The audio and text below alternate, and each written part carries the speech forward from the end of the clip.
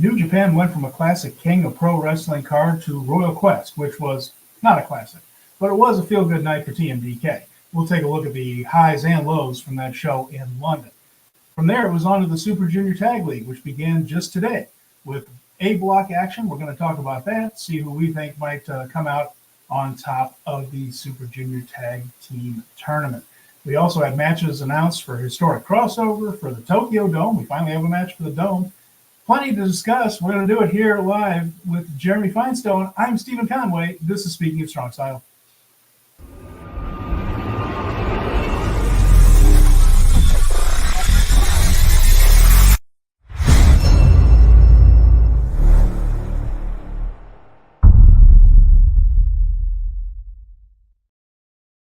Welcome, everyone, to Speaking of Strong Style, where we discuss the news, issues, and events surrounding New Japan Pro Wrestling. We're contributors to the Fight Game Media Network. That's Jeremy. I'm Stephen. Glad to have everyone here live. Colin is already with us. We're glad to see you, Colin. And I'm back after my week off, and it did turn out to be a very, very eventful week. And I am a little chagrined that I had to miss that one, but that was just a bad coincidence there as far as planning goes. Nevertheless, I did manage to watch King of Pro Wrestling on the way back, on the drive back on my phone, and I did see it. So I'm up to speed. I managed to watch the Super Junior Tag League this morning, caught Royal Quest as well. So I'm feeling ready to talk New Japan. Well, I am glad. You know, Scotty Wrestling joined us last week, and we talked about all of King of Pro Wrestling. We covered all of that, but unfortunately, you didn't get a chance to see it. So I'm sure you might have a thought or two that you want to get out of the way about what you thought about that show before we get on to the Royal Quest review. So, you know what? Going to say hello to the audience. Hi, everybody. Jeremy here. Lovely to see you, talk to you, the whole deal. Welcome back to New Japan. But now I'm going to pass it off to Steven. Steven, I want to hear what you thought about King of Pro Wrestling. Overall, I thought it was a wonderful show. I really enjoyed it. I thought it was one of the better cards of the year, and I was very happy with almost every match on the card, really. I thought it was just a terrific night of wrestling, and I'm glad it came off as well as it did, because I think it could end up being a very important one historically. And as part of my ongoing discussion about Tanahashi and the history of him, it ties in quite neatly, because part of this, of course, is that Tanahashi announced his retirement. Part of my history on Tanahashi today goes to when he lost the IWGP title for the final time. And we had a sense at the time that it was true, and it was, that was his last run, and that he was no longer going to be one of the top guys. I feel like we may have reached that point with Tetsuya Naito a little bit in King of Pro Wrestling. That felt a little bit like not only a departure for this title reign, but perhaps a departure from Tetsuya Naito being the IWGP World Heavyweight Champion on any kind of a long-term basis. Not to say he can never hold it again, but it did feel like a very much changing of the guard. And overall, I thought it was a good match for him to go out on. He's not capable of the levels he used to get to in some of those matches. His body just won't let him do so. Another parallel there with Tanahashi.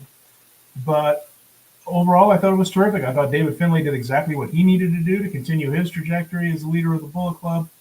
And it was just a real solid night. And I put the thing down after King of Pro Wrestling, just feeling good about the direction of New Japan and very interested in it, because at the time, we still didn't have a single match for the Tokyo Dome. We do now, and it's one that we've been talking about coming for months, but it's still so wide open with only 2 months to go.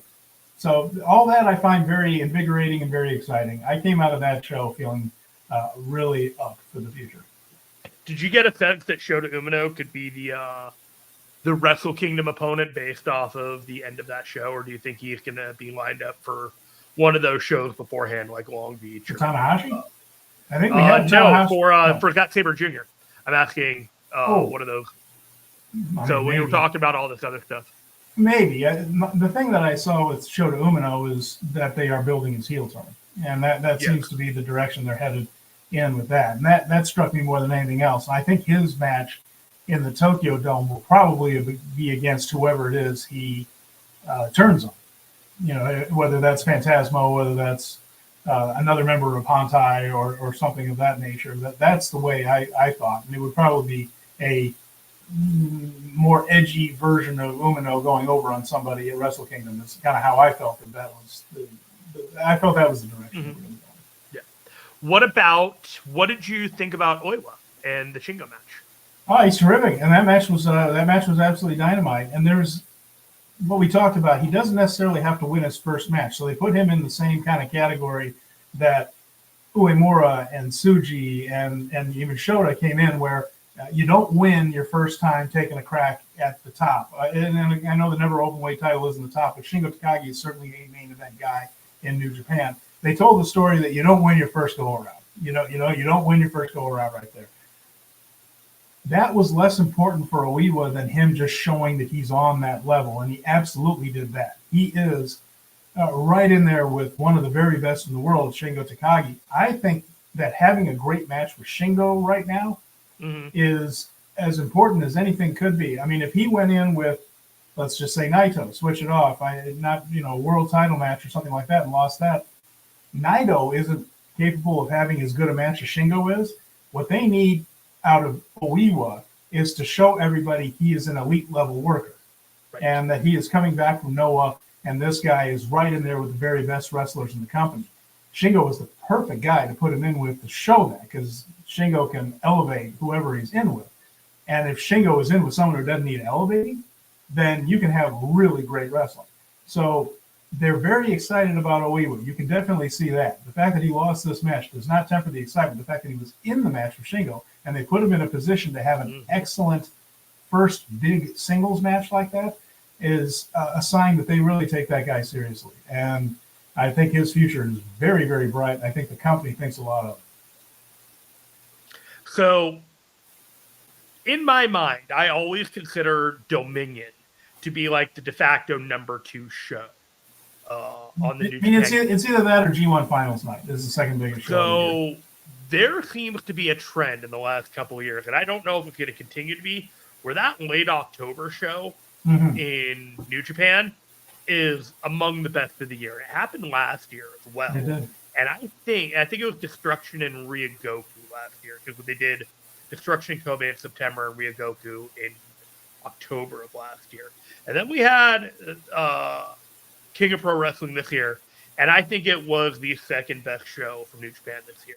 Like, it wasn't like an amazing show, but it was the second best behind WrestleKingdom this year. I don't think that there was another one. It was, for me, probably the second most highly anticipated behind the Dome, and even more than Dominion this year, because just the way they lined that up, the way Zack Sabre Jr. won the G1, named this show as his challenging spot because he loves Sumo Hall so much.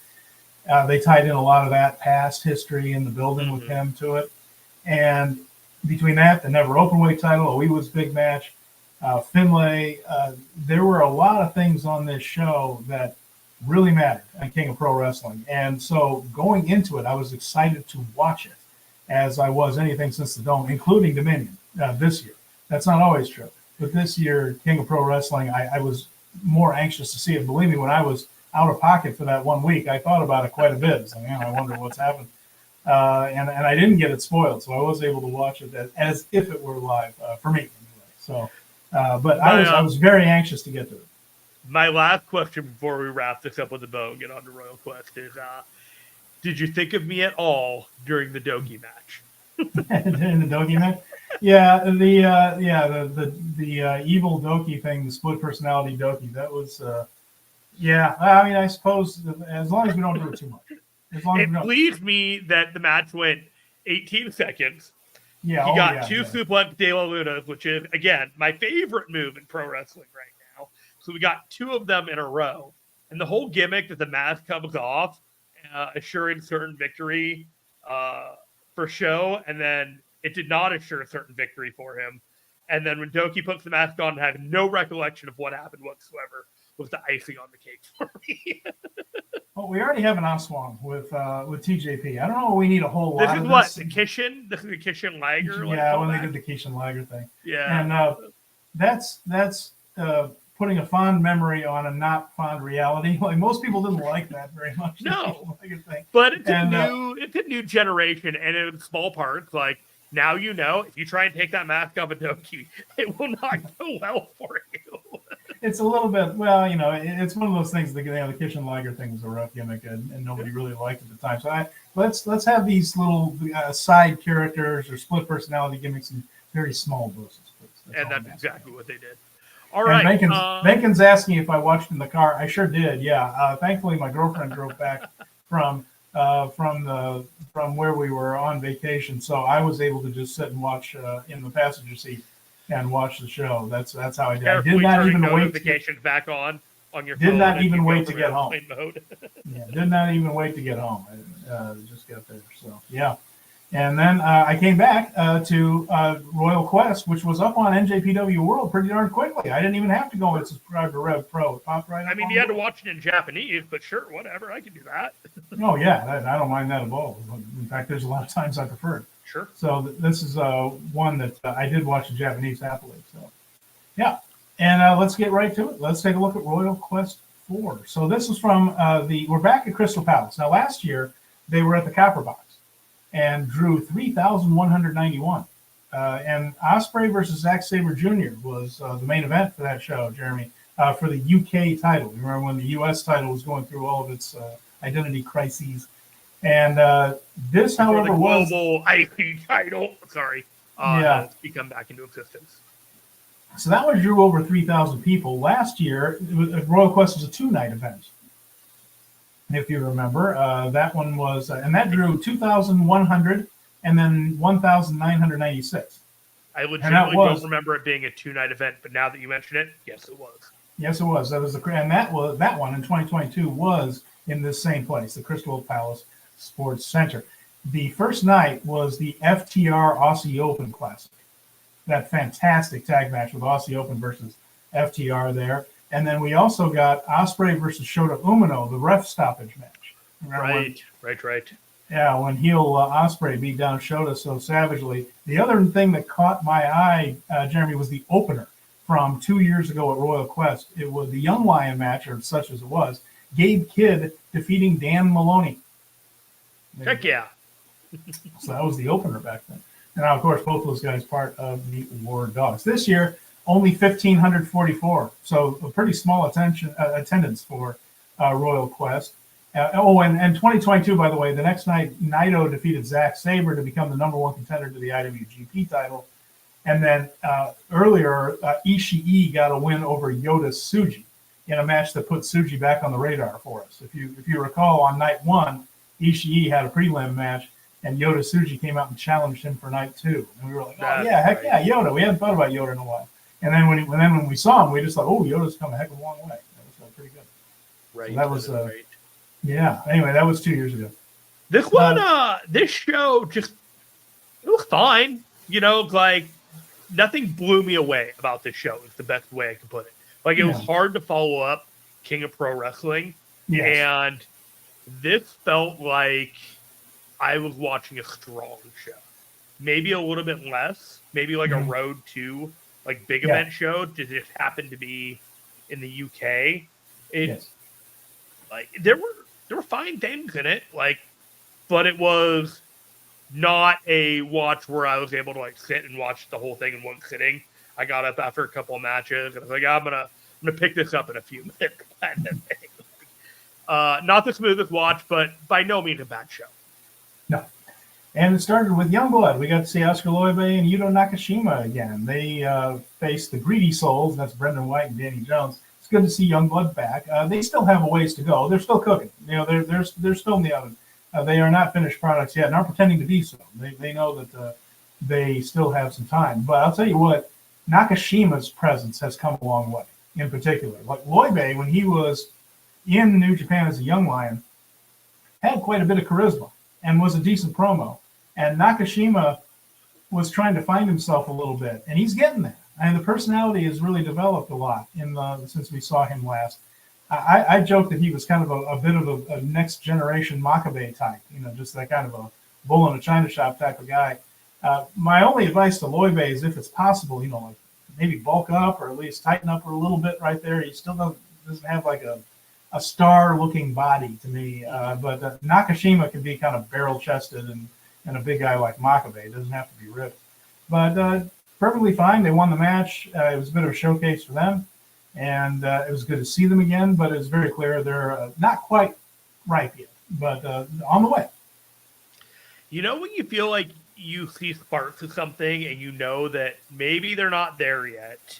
Maybe they'll never get there, but you know that somebody's got something. That's kind of how I feel about these two. And they're both incomplete, but being together in a tag team is making them better quickly, I think is the best way to put it. And I like them. I think they are intriguing and electrifying in a very low current kind of way. Like, they're not allowed to cook yet. And when you're watching them and just kind of getting their presence, you see stuff. Like, you're kind of like, okay, yeah, I see what you're saying about Nakashima. And, you know, you've got some physique stuff, but they work well together. And in about a year, when they come back to New Japan, it's going to be fun. It's going to be a fun time for them. But I don't expect to see them anytime soon on any of our programming until then. Next match, we had the reveal of who Taiji Ishimori's tag team partner is. Who is X? Well, he's literal. It was literal, wasn't it? He's literally X. It turned out to be Robbie X was his partner, both here at Royal Quest 4, and then we found out in the Super Junior Tag League. So they wrestled Joe Lando and Danny Black, who were pretty much incidental to the proceedings. This is a showcase match for Ishimori and Robbie X, who were going into that Super Junior Tag Team tournament. Now, Robbie X is a heck of an athlete, and Taiji Ishimori is great. So, in the match that lasted less than 8 minutes, they really only had time to do some very impressive things, show everybody that Robbie X is a partner, and he has gone full Bullet Club, doing the whole. Now, we don't know if he's a member of Bullet Club. They've been careful about saying that he has not been fully anointed by David Finlay yet. But Robbie is leaning into it hard. He is doing the hand signal. That he is dressed all in the black and silver. He's a try-hard Bullet Club member right now. If it will not be for lack of trying if he is not accepted. Let's put it that way. So he is working very hard to be a Bullet Club type member. And they got the win here as a showcase match to set up Super Juniors. So, this is a great example of the converse, okay? The inverse of Youngblood. Youngblood is more of a novice team, but they're working together, makes their chemistry and what they do in the ring feel more natural. Robbie X and Ishimori, I felt like had very little chemistry, but they were able to do the moves together and coordinate, but it just didn't feel like they were gelling as a team. You know, it's like they've been put together in this as the first match, and so I hope that chemistry grows throughout the tag. It was what I was saying with that. And, you know, it's like I'm watching, it's okay. Sure. I there's not much to it other than okay, I'm open-minded to this. It was fine, but my world is not set on fire. It looked like what it was. It was the first time these guys were teaming together. Yeah. So. We had another tag team match up next. This one had the women involved, and it was Azumi and Dani Luna against Kanji and Mina Shirakawa. So the Stardom women were very good here, and the Stardom group as a whole is a couple of levels up from the UK women's scene. So they shined a lot brighter than Danny and Kanji did, who did fine, not knocking them, but, there are levels to this game, and this really good Stardom women. I mean, Azumi is one of the very best that company has. Mina Shirakawa is excellent, and she's been all over the world. This was mainly to establish a new challenger for Shirakawa, and in that sense, Dani Luna, who's an excellent choice for that. She's one of the bigger female stars in the UK. She got the win over Shirakawa. That sets up a title match down the road. But Kanji and Luna's job was just to keep up with Azumi and Shirakawa, who were just better workers. Yeah, this was crowd reaction kind of show with this one. All the women came out and the crowds got the reaction to Mina, to Azumi, to Dani Luna, and to Kanji. Match was fine. Like you said, it was elementary booking to set up a new challenger for Mina Shirakawa, and I don't know when that match is going to happen. But hey, let's do it. Sounds good to me.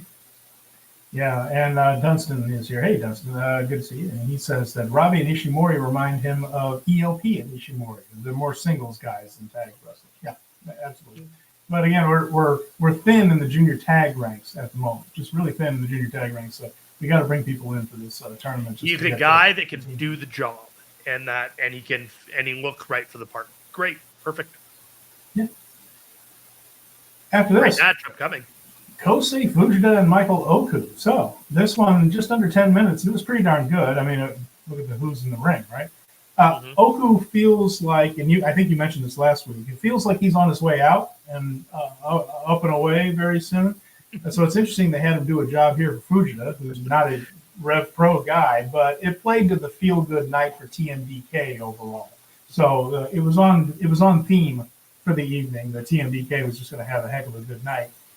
Oku's fabulous and really excellent. Put over Fujita well here, and it was just strictly felt like a guy who might be leaving Rev Pro before too much longer, putting guys over on the way out. Anything in this match that tried to dissuade me that he was on his way out did not happen. Especially when he lost the match in a flash pin roll-up. I was like, okay. Yeah, and that's true. That's important. It was not a thing where he takes a full-on finisher and is laid out and counting the lights. It was a roll-up, so they didn't just totally write Oku off with that one. But it felt like it was just putting Fujita over, putting somebody over on the way out. This was the match that made me title this show the TMDK Victory Lap, because Royal Quest was essentially just, a house show victory lap. Let's put this stable that's supremely popular over and get some authentic crowd noises and reactions, and it went according to plan. So great. I liked this match a lot. It was the right match to do with these guys. And if you don't think that they have plans for Fujita, man, they should tell you otherwise. Kosei Fujita, I am more confident than ever that guy is going to be the star of the junior heavyweight division. He's got a couple of matches upcoming that'll probably blow some people away. Yeah. Yota Tsuji and Drilla Malone. Let's talk about this one, because this one actually made me text you as I was driving around watching this. You did? This match was not good at all, and I was really disappointed about that. Maloney looked like he was sleepwalking through this. He did not have much of his usual intensity. He had little of his explosiveness. He walked around the ring very slowly, and there appeared to be, and to me anyway, and it might be just me projecting, it looked almost like Fujita a couple of times was looking at him like, come on, let's go. Why are you walking around right now? Let's go. And it just didn't seem like he was here for this one. And I don't really have an explanation. Normally, Maloney has more fire than almost anybody else on the card right there. He always, just looks properly full speed ahead, pissed off, angry war dog. This one, he would do like two things. Fujita would sell in the corner, and he would just slowly walk around and look at the crowd like he was kind of out of it. I don't know. He just looked lethargic to me. And this match was a big disappointment. I was reminded watching this match that Maloney has been in a ton of tag matches over the course of the last year, and he was almost wrestling as if he was absent a tag partner, because he knew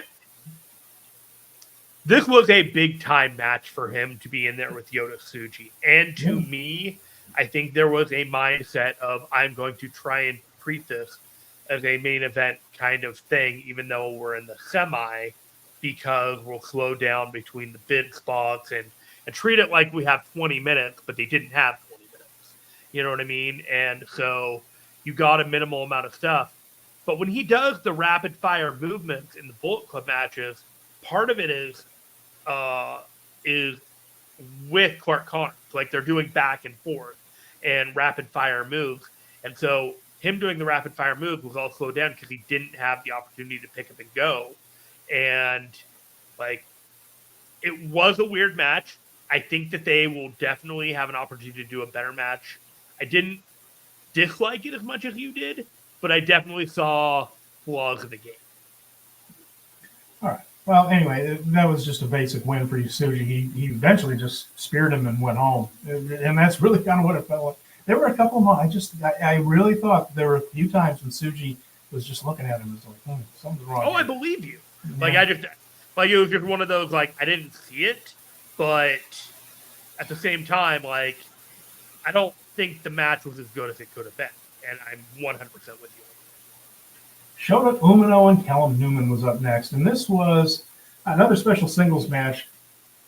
It is also another example of New Japan intentionally setting up Shota Umino to be booed a little bit, and they certainly did it at King of Pro Wrestling when he came out in a situation where at first it appeared he had no business, although he did state that, hey, I beat both of you guys during the G1, I should be involved in this. And once he said that, I was like, oh yeah, I guess he did. So it made sense for him to be out there. They are putting him in positions intentionally for him to get that reaction from the crowd. And he got it here a little bit. Not as much as he did at King of Pro Wrestling, but Newman is a guy that the crowd there at Rev Pro really likes. But he's still working as a babyface, so they aren't pulling the trigger on that. He still worked as a babyface. He won it with a Death Rider, solid win. These guys are currently storyline-wise on different levels in New Japan. Like, Newman's not going to beat a Shota Umino type at this stage in a singles match in New Japan right now, outside of a tournament where the story is that it's an upset. But they're just at different points, and clearly they have a plan for Umino going forward. So I don't think we're going to see Shooter lose a whole lot. He might be on the losing side of some preview matches or something like that. I don't think his shoulders are going down much in the near future because I think they have something big in mind for him. So a win for Shota Umino.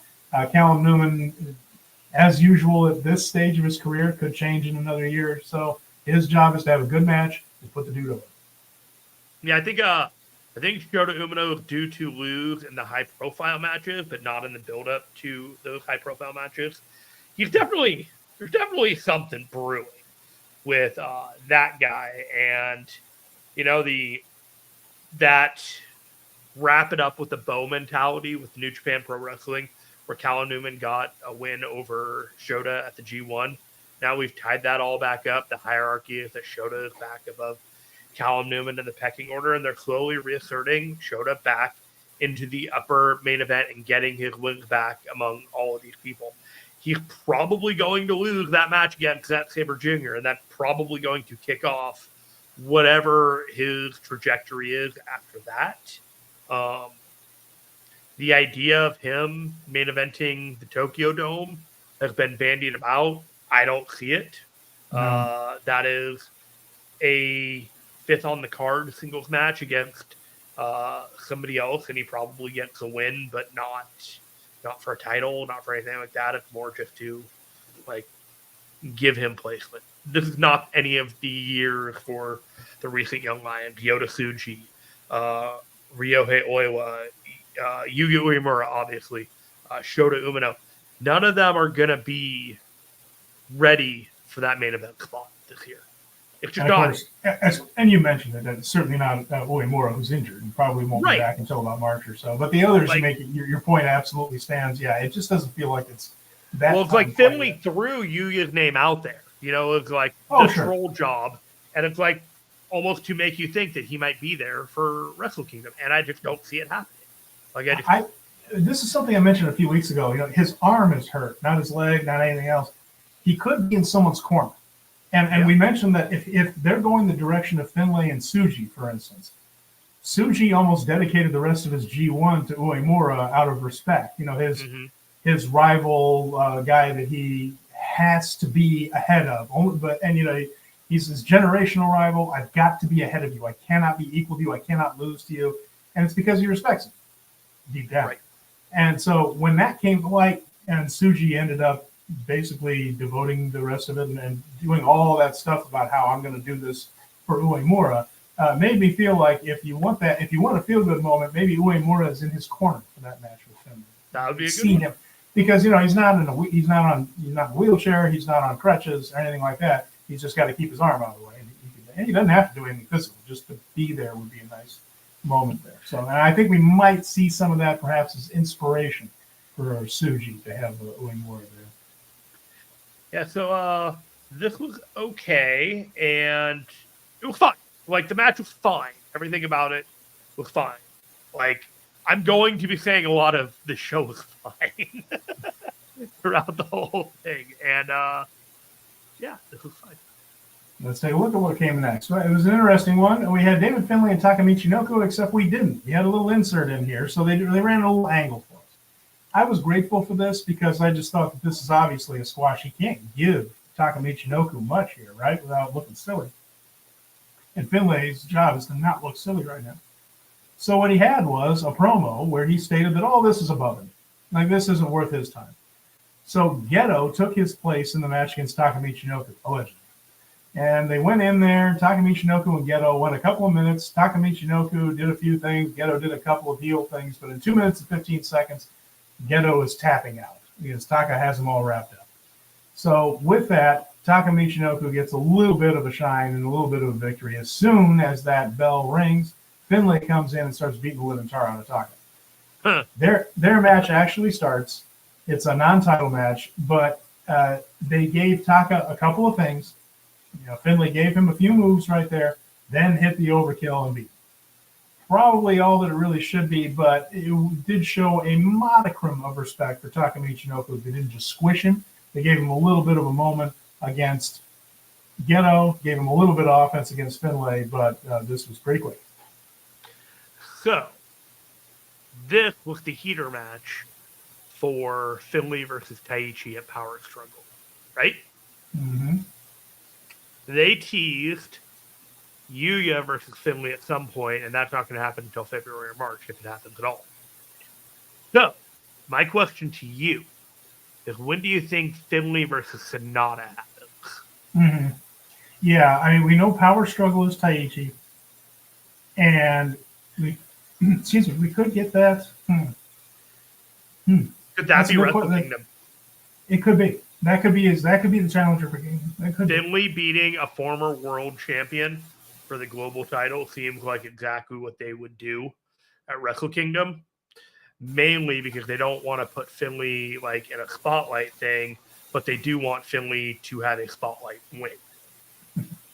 You know what I mean? Like, not a whole lot of attention on Finlay going into WrestleKingdom, but when WrestleKingdom actually happens, Finlay has like a devastating match against a former world champion.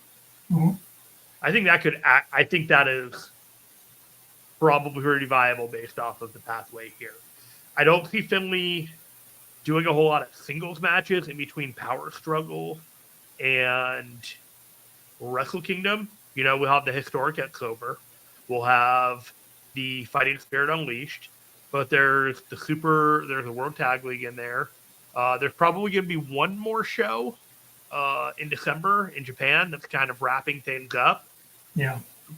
But even then, like, if you do it there, is that enough time to build Finlay's match against someone else at WrestleKingdom? Yeah, it's a fair question. If he runs through everybody and then Tsuji steps up, I mean, there are a couple of choices. We still have what? We still have the Fighting Spirit Unleashed show. That could be. We got the November 8th. We got the Power Struggle, which is where Taichi is fighting him. Yeah, and then yeah. So you still have Lowell, and that you don't necessarily have to have a global title match with Lowell. But you could. Let's see. I think he might actually have a match there. I'm gonna check the. Okay, he might. Check the match. I haven't. Yeah, I've looked. I've got it on another screen right now. We keep talking. I got you. Also, I mean, you might want something for the World Tag League finals besides the finals of the World Tag League. That possible, maybe. There are some choices. Finlay is wrestling at Fighting Spirit Unleashed. He is wrestling Kevin Knight. Okay. Yep. So not in Massachusetts. Yeah. So Bacon's asking a good question, by the way. When was the last time Geto won? Well, Ghetto's been on the winning end of a couple of preview tags, but as far as if you're wondering what time Ghetto's got a pin, last time Geto won a singles match. That's a great question. I do not know the answer to that. I would have to go and look that up. He's been on the winning side of some tags, but he wasn't the one that got him. I'm trying to think of the last time he actually won a singles match. he mostly uses himself and Jado to protect the other guys. So. What's next?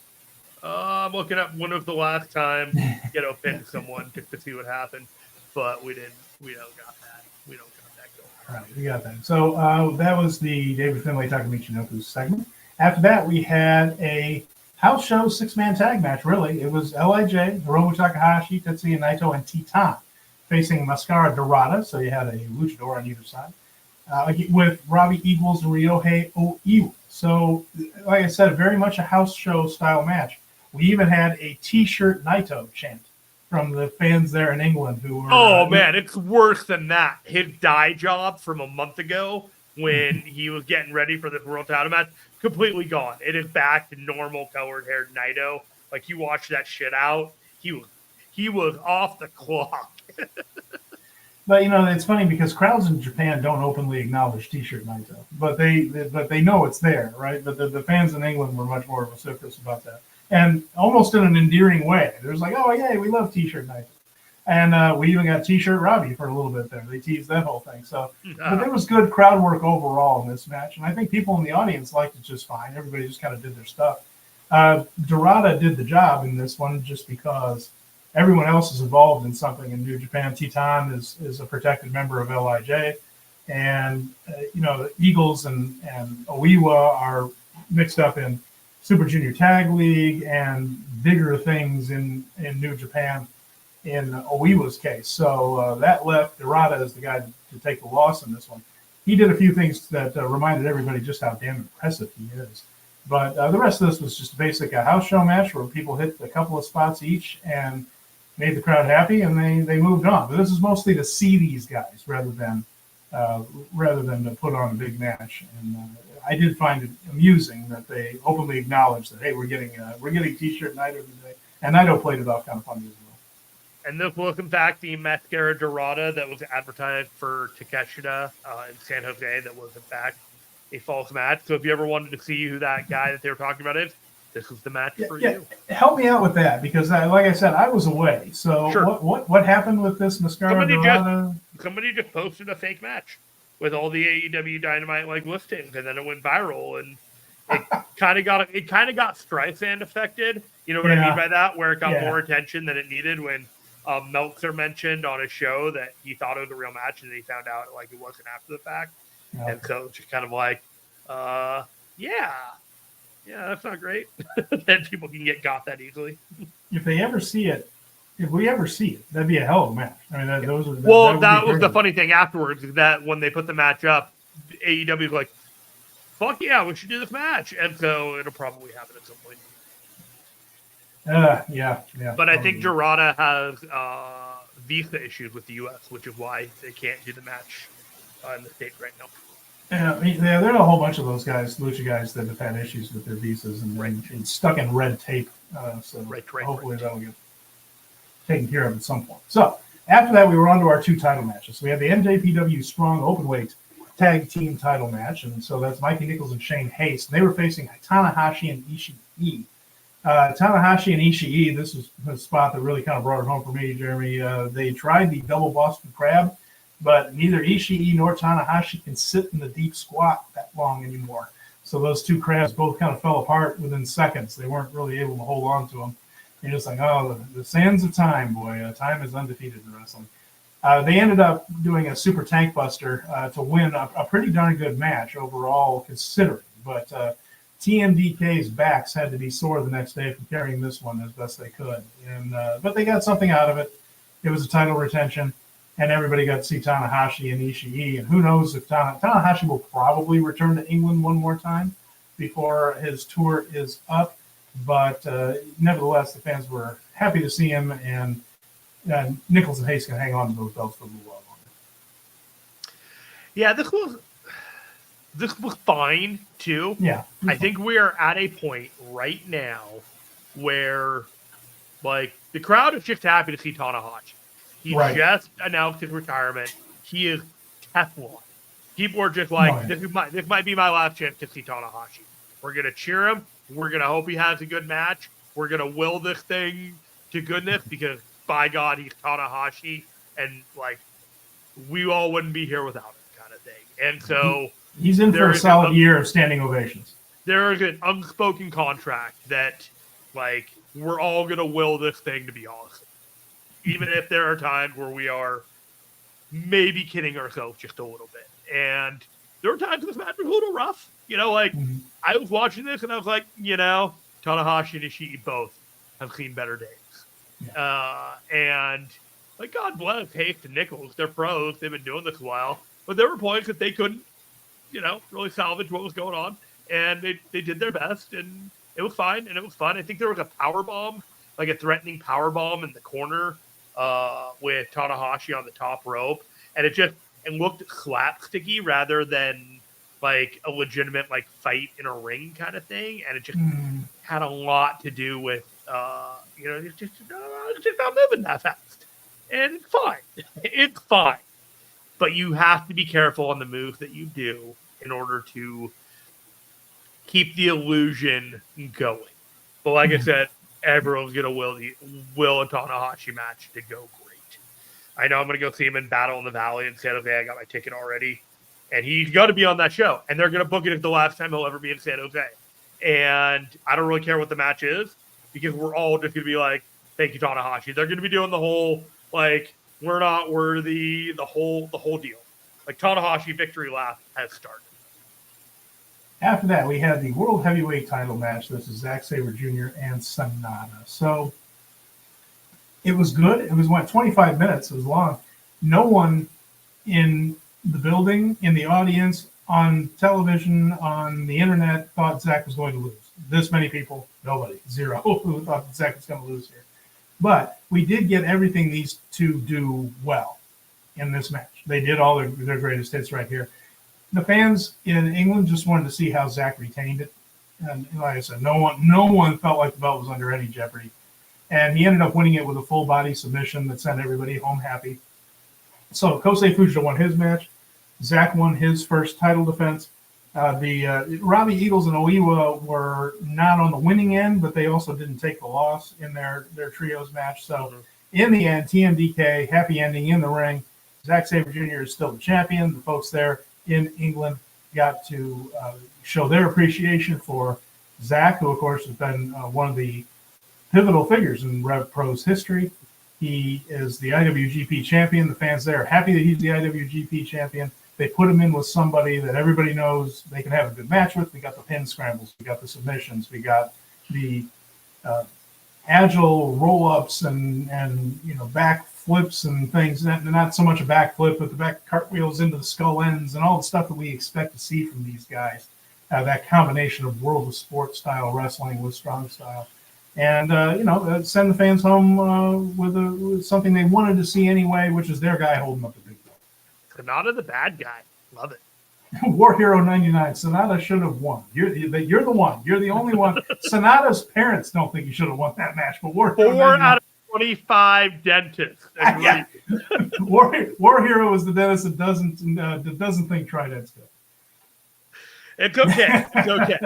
There yeah. is drama and tension to having Zack Sabre chase before WrestleKingdom, but we've been there before. Sonata main event. It ain't it, guys. He is not the hero that New Japan needs right now. He is not the savior of all these things. It was so clear that Zack Sabre Jr. is winning the title with this victory lap show. You know what I mean? Like, it was just, this was such a victory lap show for TMDK, for Zack Sabre Jr., for the British contingent, with the guest starring New Japan, like, supporting cast. That's what this was. And it was fun. It was fun. Am I going to recommend anyone who is not of British descent go out of their way to watch a show? Not really. No, I think this is more like a Rev Pro show than a New Japan show. If that makes any sense, just it was fine. Like I had a good time watching it. You wanna be a completist? You should definitely watch this show. They definitely laid the groundwork for Power Struggle with the fallout of this, which it is now officially Zack Sabre Jr. and Shingo Takagi for the title, and then Sonata and Shota Umino are going to be facing off in a special singles match. All great. Seemed like what should be happening in the first place, but if Shota Umino beat Sonata. There we go. We got a Zack Sabre Jr. and Shota match coming up. Yeah, and it does feel like that's coming. I just don't know if that's the Dome match or not. I don't feel like it is at all. It feels like Umino's going to be in that thing where you win the special singles match. The winner of the special singles match challenges the champion later on in the night. Feels very much like that whole New Japan trope. And I mentioned earlier, we're seeing some things done differently in this year with not having the full card for WrestleKingdom this too very far in advance and all this. One trope that is being continued in detail is the whole the trope of your losses in G1 determine your opponents later in the year. Right. And Zack needs to get past his G1 losses to get to the Dome. That stuff usually happens on the way there, not at WrestleKingdom. Right. So it really feels like that's a journey, not a destination. And it could be more part of Umino's, ongoing frustrations that lead to whatever it is that's going to go on with him. So I feel like both those guys be doing other things in the Dome, and that their match, which does feel like an eventuality, will be the linchpin moment to pivot. Maybe Zack wins that match against Umino. Umino's frustrated as all hell, and that triggers something down the road. Zack wins and then is challenged by someone else who is his Dome opponent, or he names the guy. There are a lot of ways that could go, which is the point we've been making, is that this year's more up in the air than most. Do you have any more thoughts about who it could be? Because I think I've pegged my guy. Like, I don't mean that in a filthy way or anything, but I've got my pick of who. Well, I'm sorry. I am not. I had to recover. I'm not going to nay your yay. Okay, like whatever we're here to support you, Jeremy. But I mean, who is the guy that you're? Don't yuck anyone's yum on this show. That's all I'm saying. So tell us who you're pegging, Jeremy.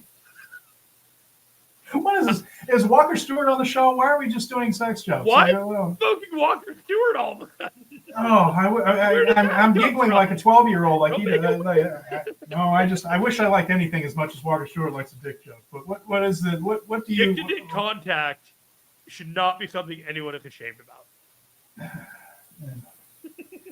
Who do you think the opponent?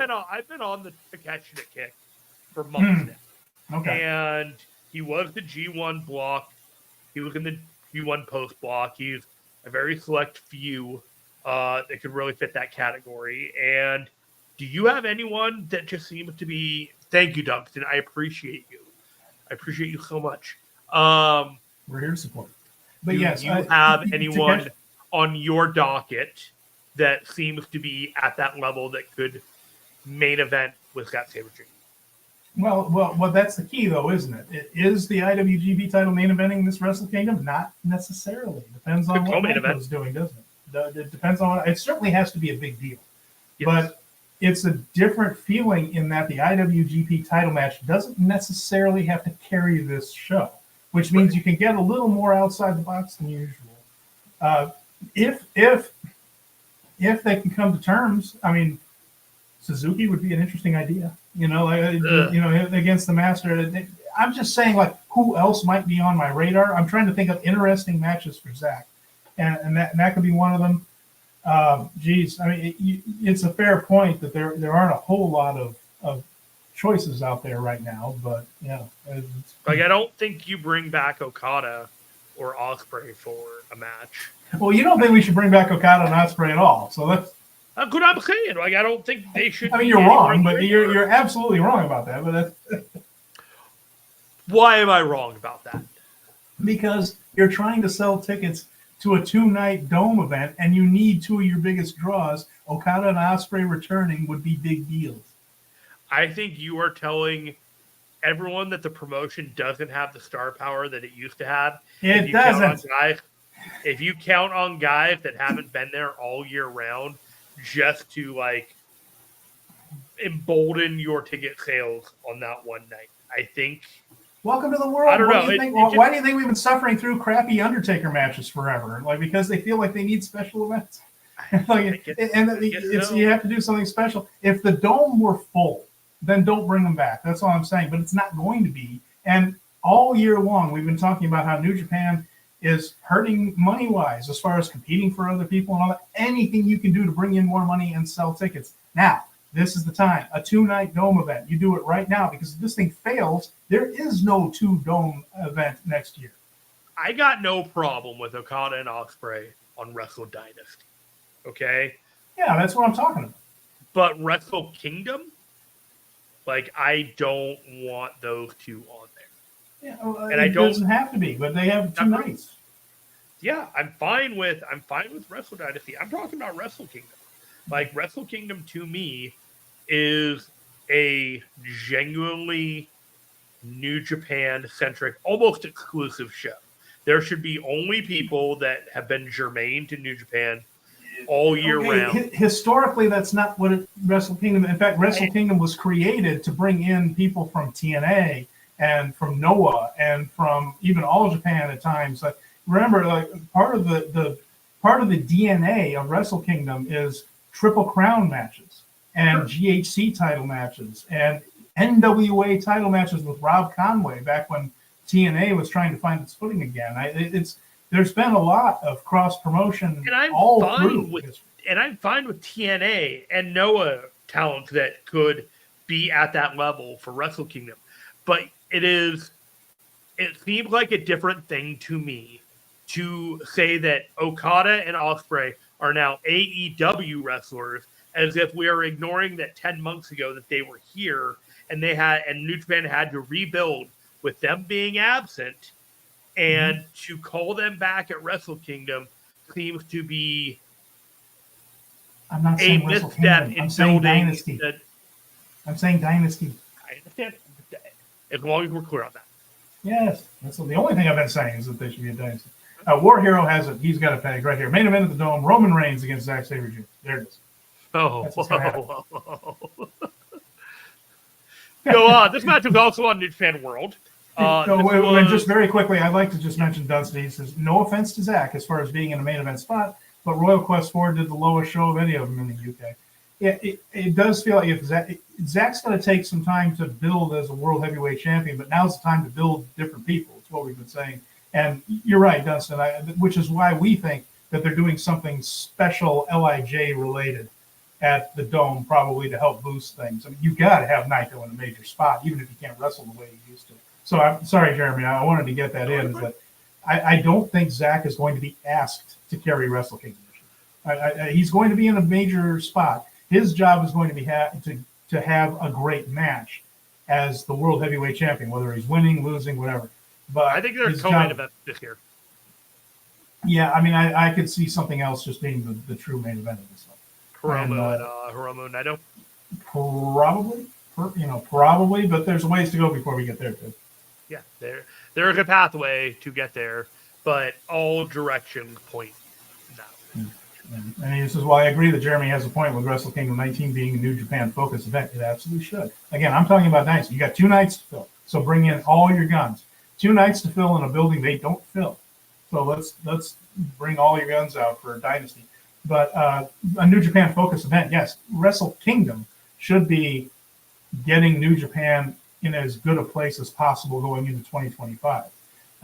Whereas Dynasty, you can have fun and just kind of get crazy with it. The issue is I can't see a big main event for Wrestle Kingdom according to Dunstan. Naito versus Hiromu is big, but what about the undercard? It's a good question. They have a lot of talented people. It's going to be their job to get them in interesting places right there. So that's going to be the key. All right, what else popped up on make sure that Cole got his segment on the show. Now Cole decided to take over and tell me it's time to stop. It is not time to stop, buddy. But we're going to keep going, and you are going to enjoy being part of the show. Okay, all right. So what else popped up on World? We got this Maple Leaf Pro match that featured the Intergalactic Jet Setters tuning themselves up in one of their first title defenses against the Rogue Squadron, El Reverso and Ado Prince, and then Brett Bates and Johnny Swinger that you might know from TNA. TNA. This match was a party match, a lot of fun. It was definitely made better by Mauro Ranallo calling it. Heck yeah. He is the MLP ring announcer or commentator. Fun match. Knight and Kushida were clearly the best in the ring. It felt like everyone was trying to get their shit in at some point. But if you are looking for a nice palate cleanser before you get the Super Junior Tag League underway, this is a fine match to start with. All right. So after that, we moved on to the Super Junior Tag League, and it kicked off in Takasaki just today, as a matter of fact, at the G Messi Gunma, which is one of those big airplane hangar-like halls that they have, rec halls. And everybody's on one level. There aren't bleachers. There aren't seats up high or anything like that. Everybody's sitting on the floor and all that. So not the most exciting atmosphere, but 633 people showed up to a small room in a relatively small place. And so, we'll take what we can get there, and we'll see how the rest of the thing draws. Keep in mind they have 2 days of Korakuen Hall coming up and some cities that we've heard of a little bit more than this one coming. Daiki Nagai and Yasuda had their 16th time limit draw to open the show. Nice. And so they're still waiting to separate those two out. They're tangled up, they're intertwined, so to speak. They'll be both teaming with and against each other over the course of this tour as well. And again, Nagai might be in the top 10 as far as in the company as promos go already. I mean, this guy's just got all kinds of fire to him. So fun opener there, but still the basic stuff. And then after that, we saw some of the previews. Is there anything of note from the previews you want me to go over? You just want me to kind of run through these? I got to be honest with you. You can throw me under the bus on this one. I only had time to watch the 3 Super Junior Tag League matches. Okay. So just tell me what happened, and I wasn't expecting much out of the preview matches, just as the first of the Super Junior Tag League in this marathon of shows we got to watch over the next 8 days, 10 days, or whatever. The first one was the Velocities, and with the emphasis on cities. So it's Jude London and Paris De Silva. Yep, London, Paris. There you go. They defeated Murashima. That's clever. There you go. They defeated Murashima and Yo. Murashima, of course, there to take the loss. This was just to introduce everybody to De Silva and London. They're both very athletic. They look good. I liked how they bumped. They had a lot of energy. I'm looking forward to seeing them against the top teams in the block. And they got a win over Murashima here. It was meant to be an appetizer for them, so to speak. And it made them our contemporaries, the We Weren't Stiff podcast, have talked up the Velocities for a very long time. And personally, for me, I was very happy for that contingent of the New Japan podcast listening audience that calls that their home, that they got that validation with that team. I'm very proud to say that we actually have quite a few followers in Oceania out there. I see the little numbers there. Hey, buddy. Yeah. But we're happy to have you along, and it makes me very happy because there was this wave of really good, Australian workers that came over to the major companies in North America, and some New Zealanders as well, of course. And there's a lot of talent over there. And if we start to see more of it, like the Velocities and things like that coming over from the Tamashi group and everything else, then I think it's just healthier for the business. And then after that, we had Robbie X and Ishimori teaming with Geto. So we had a preview 6-man here against Ninja Mac, Shomakato, and the DKC. Very quick. Robbie and Mac were both made to look at. Robbie X and Mac both look good in their time there. Again, they're the guests coming in, so they're going to get the shine. And DKC and Mac also argued with one another and shoved each other in the aisle after this one. So they're portraying this one as tag team partners who don't necessarily get along. DKC joined Walker on commentary, and wasn't bad. He wasn't bad on commentary, but he did mention that hopefully he gets along better with Ninja Mac because it seemed like they were not on the same page and storyline there. So we'll see what they do with that. And I'll tell you what, the other thing about DKC, very quickly, if he lays off the really bad-looking fake-looking karate stuff, he's not bad. He leans too much on that. When he's not doing that, he did a little less of it here. It was an improvement. So I will throw this out right now as the cheap plug. We've been doing a couple of little text pieces at the FightGameMedia.com website. And so we were talking about the predictions for this show, and Steven gave his prediction in the column of the finals. But I kind of broke up the teams in the favorites to win, the dark horses, and the better luck next time category. And the DKC and Ninja Mac, what category do you think that they fell into? Well, I'm going to guess that it was better luck next time because that's just not the position. You would be correct. But, Dunstan mentions that Mac could be staying in New Japan. Man, I hope so. I just think he's freelance now. He's out of Noah, or where he was at, I believe. He's no longer there. And so he could transplant, but I'm not necessarily sure that unless he comes incredibly cheap, I'm not really sure if he's going to be around all that much. And we'll see. But yeah, it's a guy that they might be able to get. And the other person that we're going to get to see more of from Super Juniors is Dragon Dia. So he came along a little bit later. The next match was the Intergalactic Jet Setters and Honma, Tomoaki Honma. And they faced Francesco Akira, Jacob Austin Young, and TJP. And it was a good preview match, but these guys basically know how to work with each other. Jacob Austin Young is kind of the new one to it, and he's the one that did the job. They were careful not to bring out the full bag of tricks here. But Kevin Knight did some Kevin Knight things. Akira did some Akira things. And they're getting over that Jet Setters move where Kushida holds the man in a neck breaker and Kevin Knight jumps off the top rope and hits a splash. And unfortunately, that move didn't quite work at King of Pro Wrestling, and Knight fell off the ropes. Recovered very well, by the way, but improvised a little bit. Here he hit the move. They're trying to get that move over, and that's how they did it on Jacob Austin Young right there. So, yeah, good match, but a good preview. But, again, they definitely held some stuff back. And then we had Jado, Master Wato returning to the ring, and Shota Umino. They defeated Doki, Sanada, and Taka Michinoku. I don't think you'll need all three guesses to see which one of those guys got beat. Wato looked fine, but he's just shaking off the ring rust. Didn't do anything crazy. But he did get the Vindaval finish on Taka Michinoku.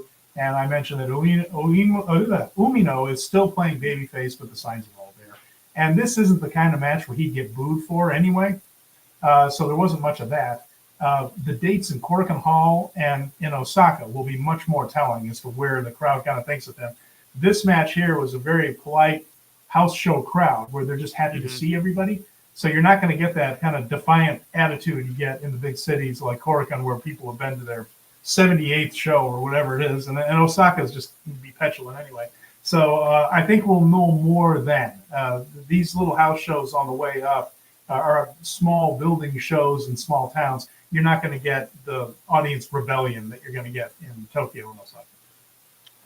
Yeah, they're kind of wait and see for me. Just kind of wait and see how this is going, because I feel like it's going exactly the way they think we were, but there's always a pivot. There's always something that can go sideways with what they're putting. So, but I think it's exactly what we think it is. I think so too. But I think again, Korakuen. I'm curious to see how the crowd reacts to him at Korakuen, and certainly in Osaka. But and Dunstan mentions that move, that neck breaker with the splash, was Motor City Machine Guns move in TNA. That's fair point. Yeah. And they're using it here in New Japan. So I guess the Guns are on SmackDown. I heard too while I was away. They showed up with crowd piping and everything. Fantastic entrance in which nobody reacted, but you'd think that the building was on fire based off of the sound coming from the TV. But if you watch everyone in the stands, they're not moving at all. Yeah, I also saw the Young Bucks promo where it landed with a colossal thud in the building there at Sumo Hall, and it just reminds me of the whole thing that they weren't actually stars in New Japan like that, were they? Because they were in the junior tag division, which especially at the time they were doing, that was second, third match on the card, but really that match, and I mean like the junior tag division was rarely on after intermission and things. So the idea that Huey and Dewey are coming in there is like, we're back, and the crowd is like, which really made me laugh. I can't wait to hear how that. I can't wait to read about how that didn't actually happen the way I saw it and heard it. Do you make Tanahashi and Omega versus the Young Bucks the main event at Wrestle Dynasty? No, I mean, I don't know what the card is. But it could be the last time Tanahashi main events Tokyo Dome. Yeah, shit. Yeah, let's move on. The Super Junior Tag League. We went into the A block. Moving on. Oh God! I mean, my question is, do I have to wait that long to get a hot dog at the Dynasty? Because I'm sitting in in rows 3, 4, 5, or 6, and it's a long the walk. torture match isn't going to compel you to get up and stretch your legs at some point during. Like the Young Bucks entrance would. Not like the Young Bucks entrance would. The Young Bucks entrance will also be eternal, and something I am completely so much confetti that you're not going to put some in your pocket to show us all on the screen later on. Well, that hot dog's not going to taste very good at all.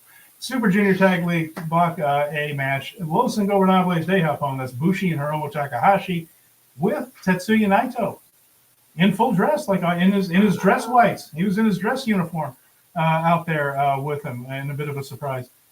Facing Captain Suicida from CMLL and Tiger Mask. So Hiromu won this one with the cloverleaf submission. It was fine. The surprise appearance by Naito got the crowd buzzing a little bit.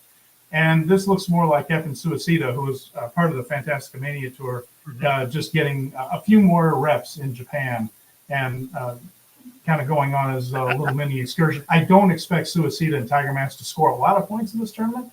But again, this is all about experience for him. This also felt like what match could get the crowd like going as an introductory like junior heavyweight tag match. Just kind of think, man, Suicida was a great opponent for Hiromu and Bushi to do the high flying stuff. Yeah. Tiger Mask, did his role. Everybody's great. It was like, this is the energy what we're getting for Super Junior Tag League. We're getting 15 to 20 minute matches, 3 matches like this a night. Hell yeah, let's do this. Yeah, it was a nice opener. That's well said. Like this is how to introduce the tournament. After that, we had this one was the War Dogs, Clark Connors and Drilla Maloney against the House of Torture, Sho and Yoshinobu Kanemaru. So we had heel on heel violence here. This was pretty darn good. There was only a little bit of cheating at the very, very end, but for the most part, it was just a kind of a hard-hitting match.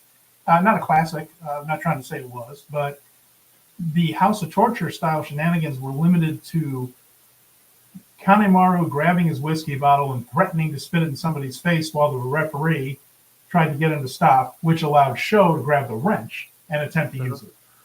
That was it. There wasn't a silly ref bump. There was not a run-in. Brawling was good outside. Yeah. Yeah. Overall, it was pretty good.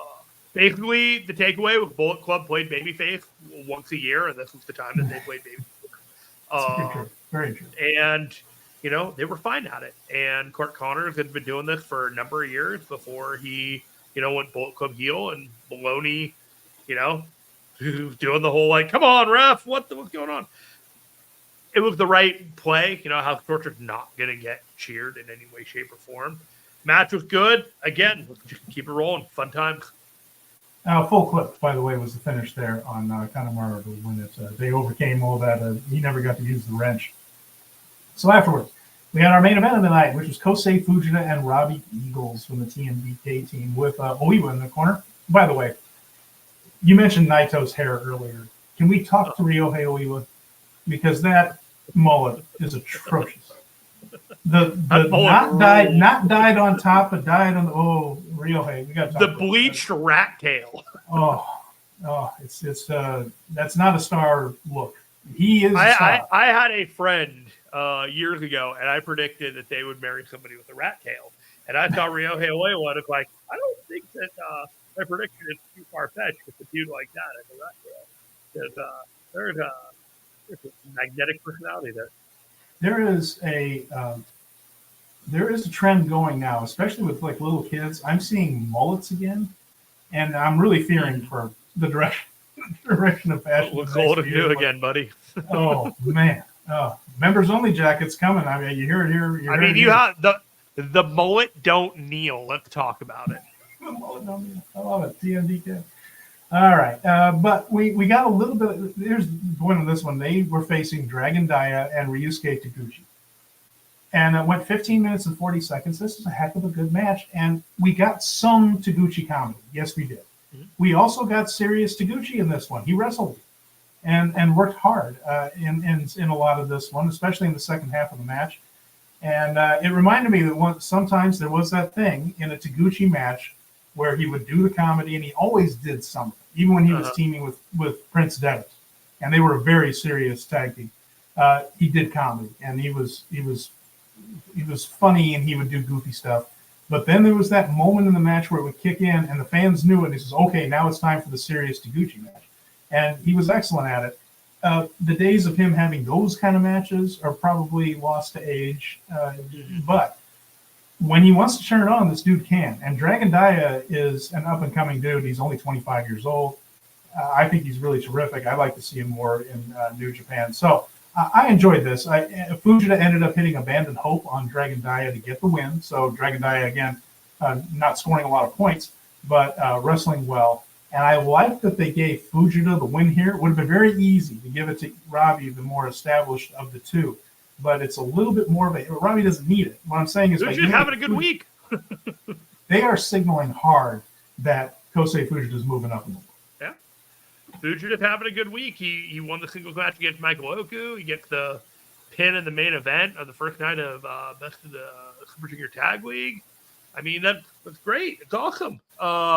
I think you and I are on the same page here that we think TMDK is probably lined up to win this tournament. Yeah, I mean, it's tough. I don't think the when War we Dogs, did our prediction, the War Dogs is too obvious. I have a feeling they're going to get pipped at the line. You know, like one of those things where the War Dogs are in it until the very end, but don't quite get there.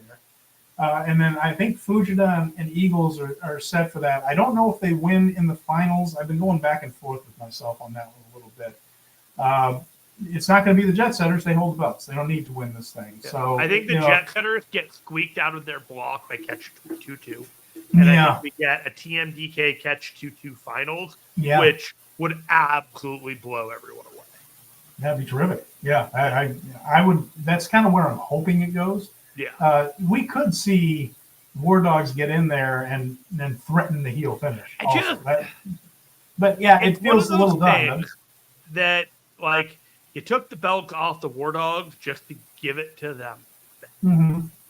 Like, I think this was to remove them from that equation until now so that we can get whoever's the winner at WrestleKingdom to then have a War Dog feud in January. You know, like then we start going in that direction, and then we just kind of put some focus on some other teams, because it has been, when the War Dogs are around with those titles, it is all about the War Dogs. Yeah, War Dogs with the junior heavyweight title, and it's great. You've established the War Dogs, but now it's time to establish some other teams so that War Dogs have someone to play up against. Amen. I everything you just said, I think is exactly right. And so I'm going with the idea of TMDK making a bit of a run here in this tournament. So we'll see how that turns out, because we're going to have 5 shows between today and our next episode, which is on Halloween. You're disgusting for telling me this. I know it. So Saturday in Kanagawa, it is B block action, the first night of B block, and the Jet Setters versus Catch 2-2 is the opener. They're the main event on opening night for the B block. Sunday and Monday, they're in Korakuen Hall. Sunday and Monday, Korakuen Hall. And at each of those shows, we're getting 6 tournament matches. So both the A and B blocks will be in action at Korakuen. Are we getting any warm-up show or any like prelim matches, or is it just... No, but we're getting a special match in the middle. So on Sunday, there's a preview tag, 6-man in the middle, and I'm going to get to Mondays in a little bit, so I think it's interesting. On Sunday, we'll have Rocky Romero and Yo. Remember, Rocky Romero has an oddly successful record in Korakuen Hall. This is where he gets his big victories. They'll face Catch 2-2, and then we'll get Fujita and Eagles against the War Dogs.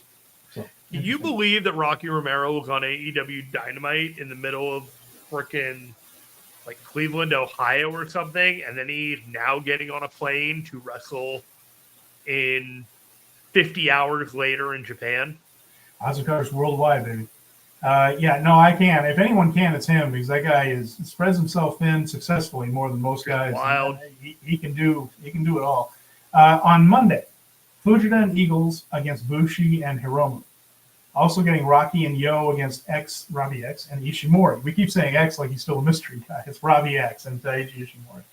We'll also see the Jet Setters versus Ninja Mac and the DKC. So that one might not matter too much in the overall standings, but I'm really excited about Kevin Knight wrestling Ninja Mac.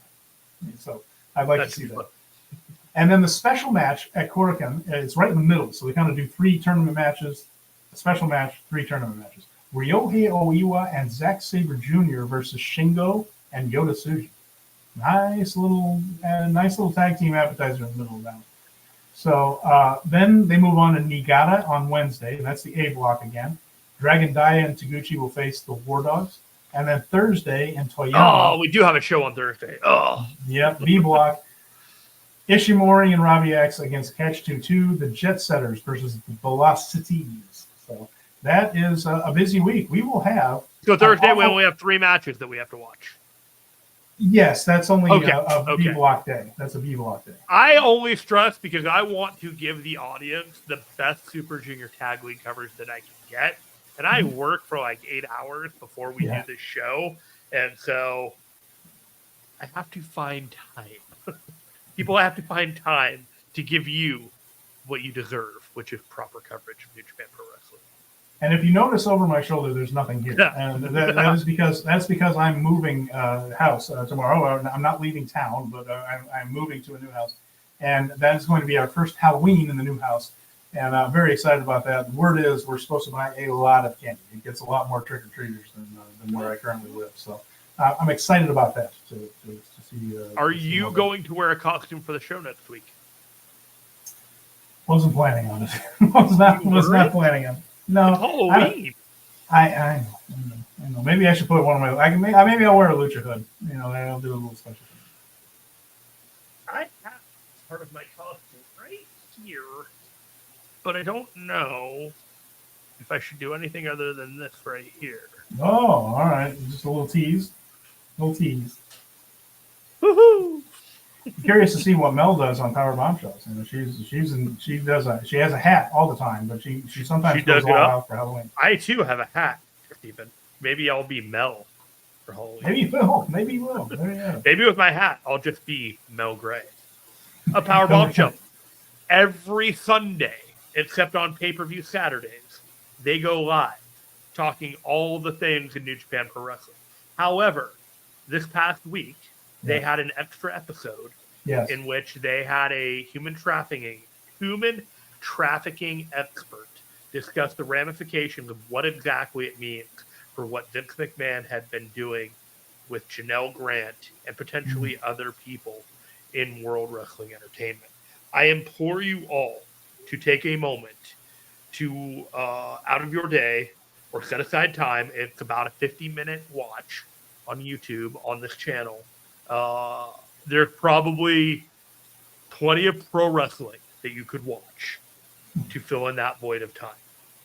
But sometimes you just have to do the dirty work and watch something really important in regards to the thing that we love and coming to terms with the moral and ethical ramifications of things that are not quite right in our industry. Fair enough. And those two are excellent voices for that. And so keep that in mind as you go about your week and check them out as well. So we have another match for Historic Crossover, and that's coming up on November 17th. This has been announced, and it was all set up at that Stardom show where Clark Connors had that controversial spear on Natsupoi. So the match is Natsupoi and Taichi against Clark Connors and Tekla. So we knew there would be some kind of mixed tag coming out of that one when we knew 3 of the 4 people. But it is indeed going to be our Holy Emperor Taichi. And he was involved with the first Historic Crossover, so this works. And he'll be going in against Poi here. So as more matches are announced, we will let you know what they are. All right. Do we want to? What do you want it? We have 10 minutes before we typically end. I know that you have Tanahashi stuff. Do you want to do that this week still, or do you just want to talk about the Tanahashi press conference and that be kind of the discussion this week? Tell me what you want to do, and we'll go from there. We know that Tanahashi is going to be wrestling Evil in the Tokyo Dome this year, so that's going to be his WrestleKingdom match. It'll be against Evil. They announced that because he had his retirement press conference. Evil interrupted it. They set up the match. as of now, I am not aware of any stipulations on that, but that can always change going forward. It's impossible. So the first singles match here on the Tanahashi Retirement Tour will be President Evil against President Tanahashi in the Dome. And, there's not a whole lot to talk about on this other than these guys have been feuding for months and been at each other's throats. Feels like the whole year. Yeah, probably more. That's probably more accurate. And, of course, one of the things when Tanahashi was introduced as the new NJPW president was one of his points of order was that he was going to rein in Evil's group. So this is just a natural feud that's been going, that's been brewing for the whole time. We've known for years that for the whole year that they were leading to Evil and Tanahashi. If you have been watching this show or paying attention to New Japan in any way, shape, or form, you saw this and I was like, well, yeah, no shit. And the other thing is, this is probably something that Tanahashi would really like. He and Watanabe have a relationship that goes back to Watanabe's Young Lion days. I don't know specifically that Watanabe was his Young Lion, the way Yota Tsuji was later and all that kind of stuff. But these two have quite a history just personally together right there. So I think this might be part of that as well, that he wants to do some of this with one of his proteges. There's all kinds of interesting matches out there and photos of Young Lion Watanabe with at Tanahashi's side before he went evil. So this could be one of those things where I'm going to do. I want to bring one of my favorite proteges into my retirement tour. So he's doing it in a big way. I know that the chances of Tanahashi losing this match at WrestleKingdom is pretty low. Just in general, it just feels like you're not doing that now going into Tanahashi's last year. Do they make some stipulation if somebody will become president for New Japan after this? You know what I mean? Like, they can do president versus president. Somebody loses the presidency through the match kind of thing. I feel like that's going to get built at some point, but they just didn't have to do it all at once at the press conference. Yeah, we don't know. I mean, they might have a stipulation to it. It might just simply be the last go around with these two type of things. He's not going to main event WrestleKingdom with this. That's why I think Wrestle Dynasty he might be main eventing at that Tokyo Dome. There you go. So we have Hiroshi Tanahashi's history we've been going over for weeks now, and we're going to wrap it up here today. And when we last left off, he was in the main event of WrestleKingdom. It was WrestleKingdom 9, and he had put over Kazuchika Okada on what turned out to be a historic, pivotal day for New Japan for a lot of reasons. First of all, it was one of the better cards we've seen. WrestleKingdom 9 is phenomenal. You should go back and watch it. It was the one that had you had AJ Styles and Nakamura underneath. You had the Okada Tanahashi match when Tanahashi could still have those 5-star classics. And it was the beginning and the end of AJ, Anderson and Gallows, Nakamura, all those guys in New Japan. They have given their notice that they were going to be leaving and heading to WWE. So he had put over Okada, and then he was sort of a half a step below Okada in the pecking order for the most part. Okada had officially kind of taken over that absolute top spot. Now, Tanahashi was still one of the biggest stars in the company. That was without question. And to give you an idea, now that he was no longer the world heavyweight champion, Okada had been anointed, and with Nakamura's departure, who was Intercontinental Champion at the time, that was an Intercontinental title defense against AJ Styles, they had to set up a match at New Beginning to create a new Intercontinental Champion, and they immediately chose Tanahashi to be in it. His opponent for that was the person who ousted AJ Styles from the Bullet Club, is in the storyline in order to get us to that point, Kenny Omega. So Kenny Omega had taken over Bullet Club, and Tanahashi, of course, the perfect foil for Bullet Club, the classic babyface company guy, right? Who's more New Japan than Hiroshi Tanahashi? Certainly more than Nakamura, who had that kind of a flamboyant streak, Okada, who was, the cocky guy. Tanahashi was the classic, I'll show up at the corporate events and shake all the hands and kiss all the babies. So he was a great foil for all the heels in New Japan, and a guy that could really both put them over and beat them without there being a ton of title switches. So there's a good way that once the title was on Okada, for him to feud with these top guys from the heel factions. And he lost that match to Kenny Omega. So that made Kenny Omega the Intercontinental Champion. And he spent most of that year as a foil to those top heels. This is when Naito, by the way, was at his most disrespectful. Naito eventually ended up taking the Intercontinental title. That would be a while down the road. And that was when he would take the belt and throw it up in the air and let it crash to the ground. He would take the plates and bend them. Just complete, utter contempt for the company was his character, and disrespect for any of the title belts. Tanahashi wasn't a big Intercontinental Champion guy. He was more like a world title guy for a while. Like, he feuded with Nakamura over it, so he had some history with it. But seeing Naito disrespect his belt was a bridge too far for Hiroshi Tanahashi. He got very upset about that. So he spent most of that year clashing with Omega on the Bullet Club side and the heel Naito on the LIJ side. And like I said, good conscience. Now, he teamed with Yoshitatsu and Mike Elgin to defeat the Elite for the never openweight six-man tag team titles, then lost them right back. That was another trope of Tanahashi at the time. He would win the never openweight six-man belts with various partners and then drop them fairly quickly. You know, those titles bounced around a lot anyway. So once it was with the Elite, then there's the other theme of the year, by the way. Tanahashi's body begins to betray him. He hurt his shoulder, and he had to pull out of what would have been, what ended up being, New Japan's first ladder match. He had to be replaced in that match. That had been set up with Kenny Omega. It was supposed to be Tanahashi versus Omega in that one, but Mike Elgin ended up taking his place and winning the Intercontinental title at that one. And then, so he went through that, like I said, bouncing around with the six-man titles. And at WrestleKingdom, he challenged Naito for the Intercontinental title, but he lost that one. So the next night at Dash, he, Taguchi, and Manabu Nakanishi defeated Bushi, Evil, and Sanada to get the never openweight titles back. And he lost them again not too long later. So he was just kind of doing switcheroos right there. Ricochet was subbed in for Nakanishi for another run with those titles, beating the LIJ. And then that set Tanahashi on a course to challenge Tetsuya Naito again. I mentioned that Naito was disrespecting the Intercontinental Championship. Now this is also when Tanahashi ruptured his biceps tendon, and he decided not to have surgery on it. And he would come to regret that decision. He later said he wished he would take the time off, but he didn't want to take that much time away and just kind of wrapped it up, similar to what Sanada ended up doing when he tore his bicep. The issue with doing that is it's never quite the same again, and so it makes for a difficult situation. He went to Dominion against Naito and defeated Naito to get that Intercontinental title back at a great show, by the way. That was one of the great Dominions at the time. The work rate in New Japan at this point was just brilliant. It was headlined by Okada and Omega's 1 hour draw for the IWGP title. That was the big match there. Naito getting,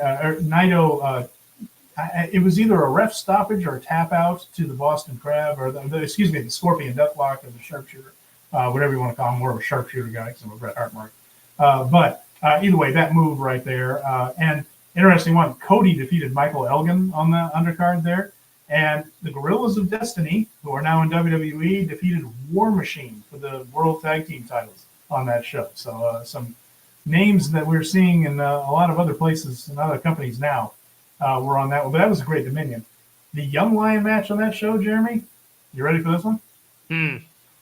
David Finlay, Shota Umino, and Tomoyuki Oka, so Great Okan, defeated Hirai Kawato, Katsuya Kitamura, and Tetsuhiro Yagi. And Tetsuhiro Yagi is a name that I hadn't thought of in a long time. Of course, we know Hirai Kawato ended up being Kawato-san in CMLL, and then he became Master Wato back here and is just returning to the ring after injury. Kitamura looked like a can't-miss star, just $1 million body, all kinds of intensity, but he ended up getting hurt and then ended up leaving the company and ended up passing away only a couple of years after his run in New Japan. And Tetsuhiro Yagi broke his leg, and that was his ulna. He broke his ulna, that was his arm, and never just left the dojo, never came back.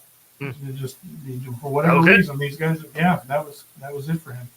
So he spent the rest of the year, Tanahashi did, defending that Intercontinental title. And for the second consecutive year, he missed the G1 finals due to a loss or a draw on the final day. So again, a guy that's just, we're establishing Okada as the overall god here.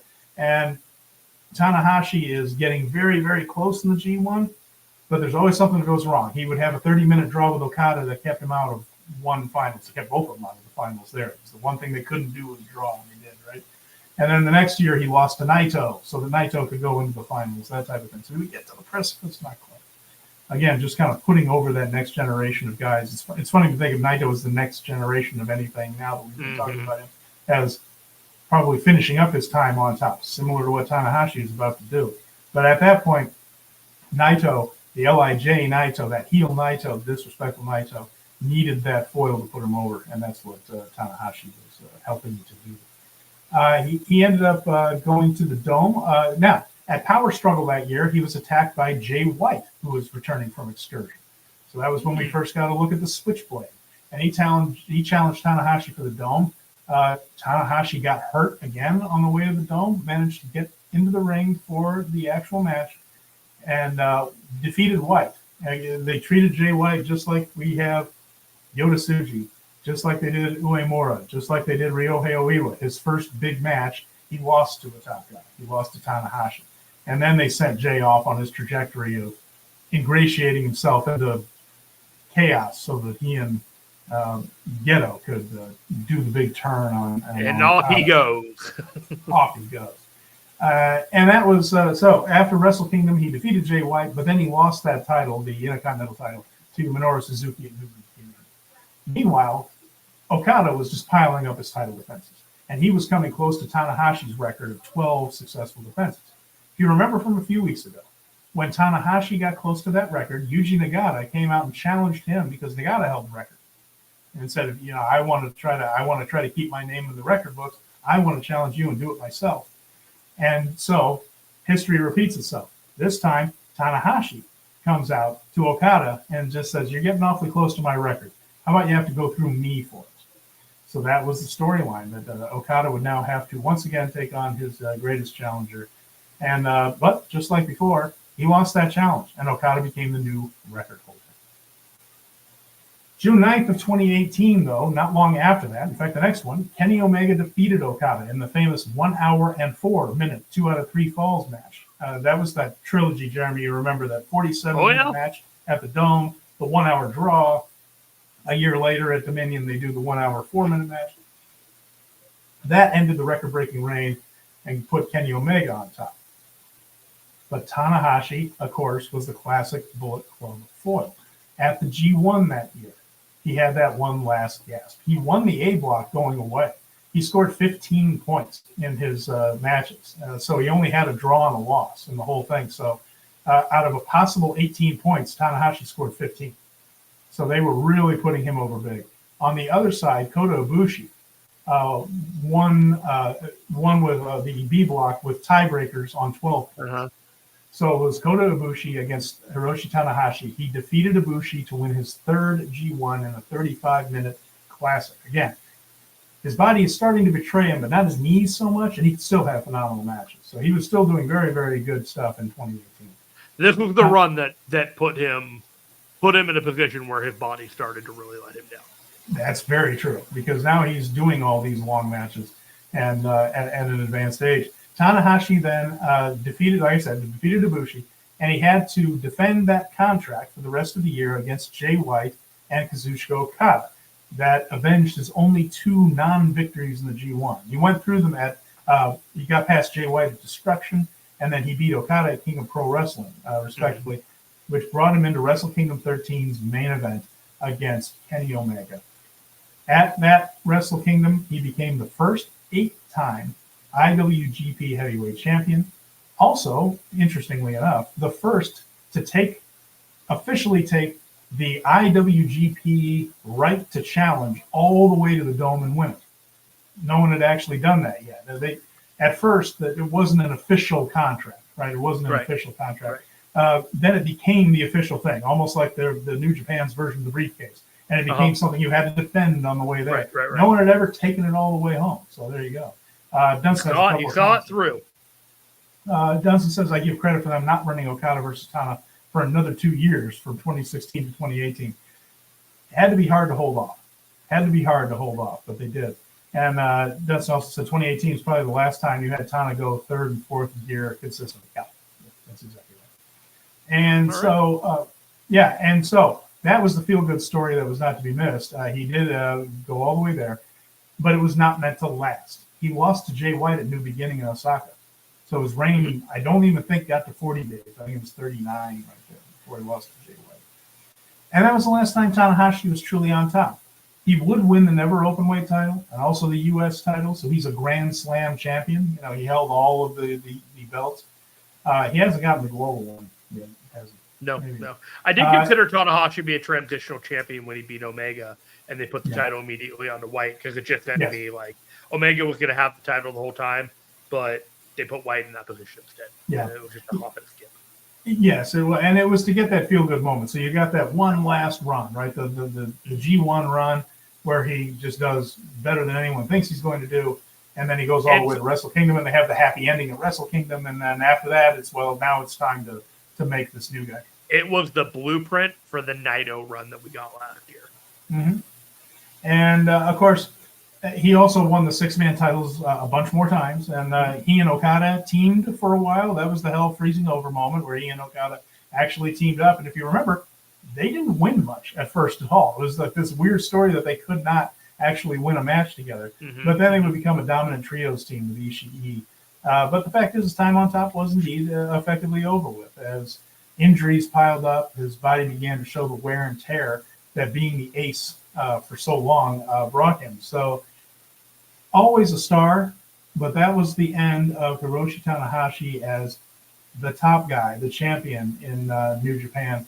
And now, of course, after a couple of years of even doing a thing where Kota Ibushi looked like he was going to turn on him because he just wasn't what he used to be. And then, Kota Ibushi ended up staying on the side of the Angels. But the best way to put it is they will always call Tanahashi the ace, but he was no longer the ace. But even his decline was part of a major storyline here, too. So he's always mattered. He always will matter. But those days on top are over with. And now, of course, at King of Pro Wrestling, he makes the announcement that he is on his retirement tour. And, in the same year, John Cena and Hiroshi Tanahashi, who in many ways are kind of weeks of each other. In many ways, kind of parallel each other. They're just like the most classic babyface you can get of these eras. Cena managed to do it in an era where classic babyfaces don't get over that much. In Japan, they do, but it's just an interesting comparison between the two of them.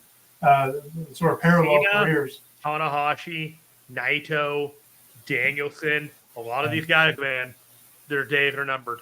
They're all like, appreciate them while you got them. That Naito match from King of Pro Wrestling, that's the last one of those we're gonna get, like an IWGP title defense by Naito. That was it. You saw it. I'm also going to say this right here now on October 24th, 2024, and that is that they will have all this, and there will be a big ceremony, and there will be a big retirement match at Wrestle Kingdom in what is 2026, right? It's going to be the final one. There is no way in hell that's Hiroshi Tanahashi's final match. Just like what we just saw, no way in hell that's Bryan Danielson's final match. Right. Everybody not named Jack Briscoe comes back. If they are physically allowed to come back, everybody comes back. Those two will as well. But we'll be able to say I will throw this out there before we wrap it up for tonight. So we should wrap it up. Yeah. There's one who won't do that, but that's Naito. You think Naito's actually going to walk? When Naito's done, he's done. I can see it. I can see it in his eyes. Like, he is even that match at King of Pro Wrestling, like, when it was emotional. Like, he's made up his mind that when it's time to walk away, I have no doubt that dude will show up and do like stuff for appearances. But when he's done, I think he's done.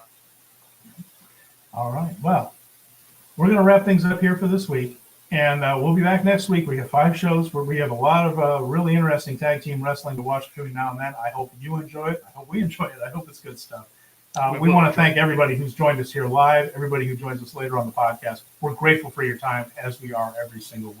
So don't forget, Power Bombshells on Sunday, Dynamite Show Wednesday, and then we'll be back next week. Halloween episode of Speaking of Strong Style. So for Jeremy Finestone, I'm Stephen Conway. Thanks for listening, and we'll talk to you again real soon.